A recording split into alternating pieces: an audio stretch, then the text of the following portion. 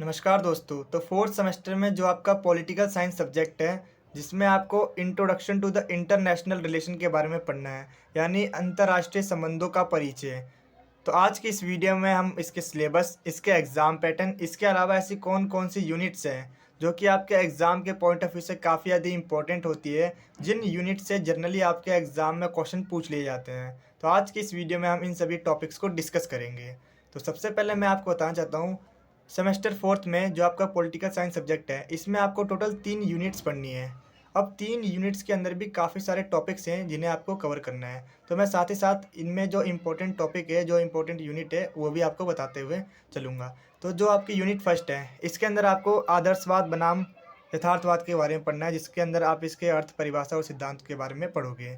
Second topic है उदारवाद से नव उदारवाद, ठीक है, एंड संरचनात्मक दृष्टिकोण, विश्व प्रणाली दृष्टिकोण और निर्भरता। एंड जो लास्ट टॉपिक है आपका नारीवादी दृष्टिकोण, जिसके अंदर जे.एन.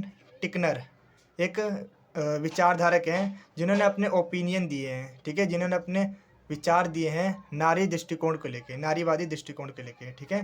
तो ओवरऑल अगर मैं बात करूं, जो आपकी यूनिट फर्स्ट है, ये पूरी की पूरी ही इंपॉर्टेंट है, ठीक है। यहाँ से आपके एग्ज़ाम में क्वेश्चन पूछे ही पूछे जाते हैं, ठीक है। जब मैं आपको इसका एग्ज़ाम पैटर्न समझाऊंगा, देन उसमें आप देख लेना कि यूनिट फर्स्ट से किस किस टाइप से क्वेश्चन पूछे जा रहे हैं, ठीक है। तो यूनिट फर्स्ट ओवरऑल आपके लिए पूरी पूरी इंपॉर्टेंट होने वाली है, तो यूनिट फर्स्ट जरूर से करके जाएं। अब यूनिट सेकंड में बेसिकली आपको कोल्ड वॉर से क्वेश्चन पूछे जाते हैं, ठीक है। अब अगर मैं यूनिट थर्ड की बात करूं, तो यूनिट थर्ड में आपको इंडिया की जो फॉरेन पॉलिसी है उसके बारे में जानने को मिलेगा। एंड इसके अंदर जो आपका लास्ट टॉपिक है, भारत एक उभरती शक्ति है, यहाँ से क्वेश्चन पूछ लिया जाता है, इसका वर्णन कीजिए, ठीक है।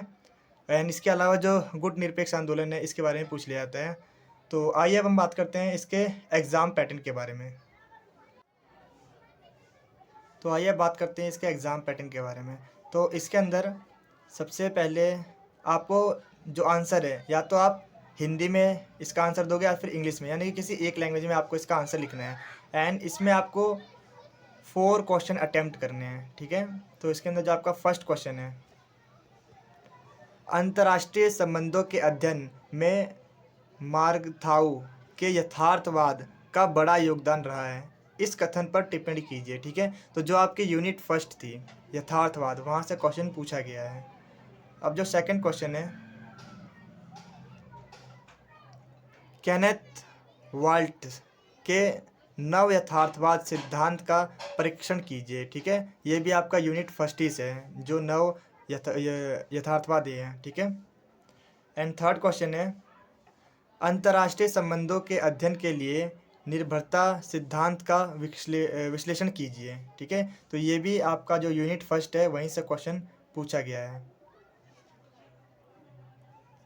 अब जो आपका क्वेश्चन नंबर 4 है, शीत युद्ध की समाप्ति के उत्तरदायी कारकों एवं अंतर्राष्ट्रीय राजनीति पर उसके प्रभावों का आलोचनात्मक मूल्यांकन कीजिए। तो ये आपका जो यूनिट सेकंड है, वहाँ से पूछा गया है, कोल्ड वॉर से रिलेटेड क्वेश्चन पूछा गया है, ठीक है। एंड फिफ्थ क्वेश्चन है, देतांत क्या है, देतांत के उदय के कारणों की विवेचना कीजिए, ठीक है।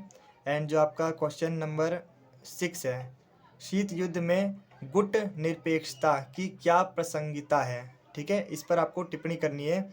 ये आपका जो लास्ट यूनिट था, यूनिट थर्ड, वहाँ से क्वेश्चन पूछा गया है, ठीक है। अब जो क्वेश्चन नंबर 7 है, शीत युद्ध काल में विश्व राजनीति में भारत एक उभरती शक्ति है, ठीक है। ये मैंने आपको बताया था, यहाँ से क्वेश्चन पूछ लिया जाता है। जो यूनिट थर्ड है, यहाँ से ये क्वेश्चन पूछा गया है, ठीक है, इस पर टिप्पणी करनी है। एंड लास्ट क्वेश्चन है, जिसमें से आपको कोई 2 क्वेश्चन अटेम्प्ट करने होते हैं, ठीक है। विदेशी नीति में निर्धारक तत्व और विश्व व्यवस्था उपागम। एंड लास्ट है, थर्ड है जटिल अंतर्निर्भरता। एंड लास्ट है नारीवादी दृष्टिकोण, ठीक है। तो ये इसका एग्ज़ाम पैटर्न है। मैं इसके अलावा एक और आपको क्वेश्चन पेपर दिखा देता हूँ। तो आपके सामने एक और क्वेश्चन पेपर है। इसमें जो फर्स्ट क्वेश्चन है, अंतर्राष्ट्रीय संबंधों के अध्ययन के उपागम के रूप में मार्कताऊ द्वारा प्रतिपादित शास्त्रीय यथार्थवाद की विवेचना कीजिए। तो इसमें भी जो क्वेश्चन है, वो आपका यूनिट फर्स्ट से पूछा गया है, ठीक है। सेकंड क्वेश्चन है, अंतर्राष्ट्रीय संबंधों के अध्ययन के नव उदारवादी उपागम में जटिल अंतर्निर्भरता के विभिन्न आयामों की व्याख्या कीजिए, ठीक है। ये भी आपका यूनिट फर्स्ट से पूछा गया है, यानी कि आप देख सकते हो यूनिट फर्स्ट से जनरली आपके 2 से 3 तो क्वेश्चन पूछे ही जा रहे हैं, ठीक है।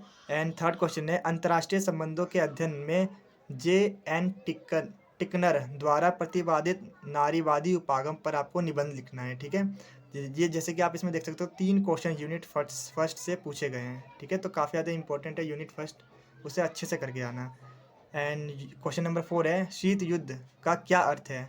शीत युद्ध की उत्पत्ति के उत्तरदायी कारकों की विवेचना कीजिए। ठीक है, क्वेश्चन नंबर 5 है, देतांत क्या है? देतांत के उदय व पतन के क्या कारण थे? विवेचना कीजिए।